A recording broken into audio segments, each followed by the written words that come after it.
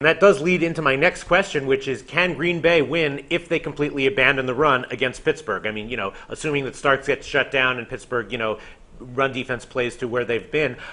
Starks has shown some signs of being okay, but in generally does not inspire confidence at all.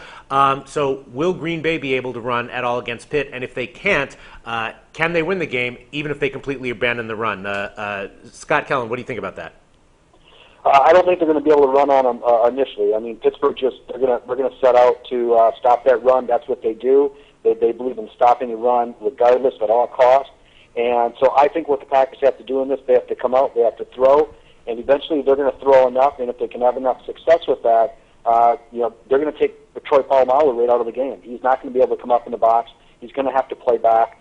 And then once you start moving some of those guys back, because Pittsburgh has to now defend the pass a little bit more, now you start to open up the run a little bit.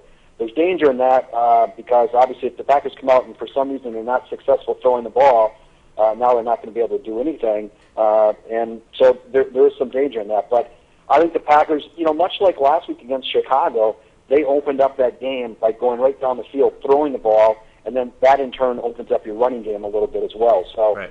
Can they run on it? I think they can, but it'll be later in the game. I don't think they're going to do it initially because, like I said earlier, if you have a competent defense and you want to take something away from one team, you can do that. And Pittsburgh has done that all year, and they will take away the run, just like Green Bay will try to take the run against Pittsburgh away.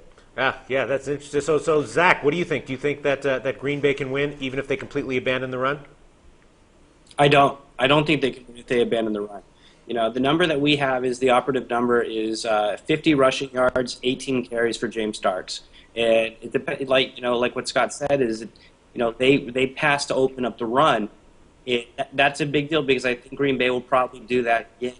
But in simulations where he's running for over 51 yards, Green Bay is winning 2/3 of the simulations. Obviously, as you start to deduct yards from it, they lose more of the simulations, and that's a big deal.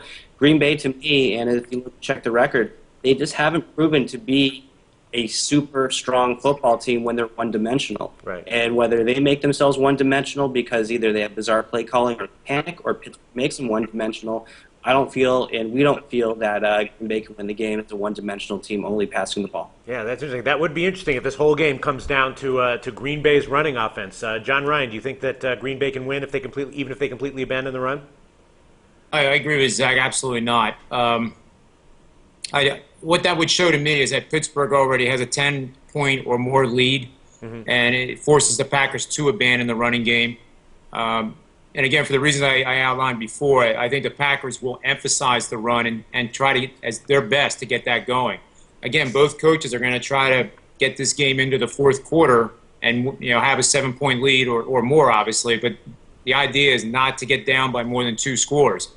I also like what he said about the Starks statistic. If he has more than 50 yards, and again, wouldn't it be ironic if the Packers MVP was him?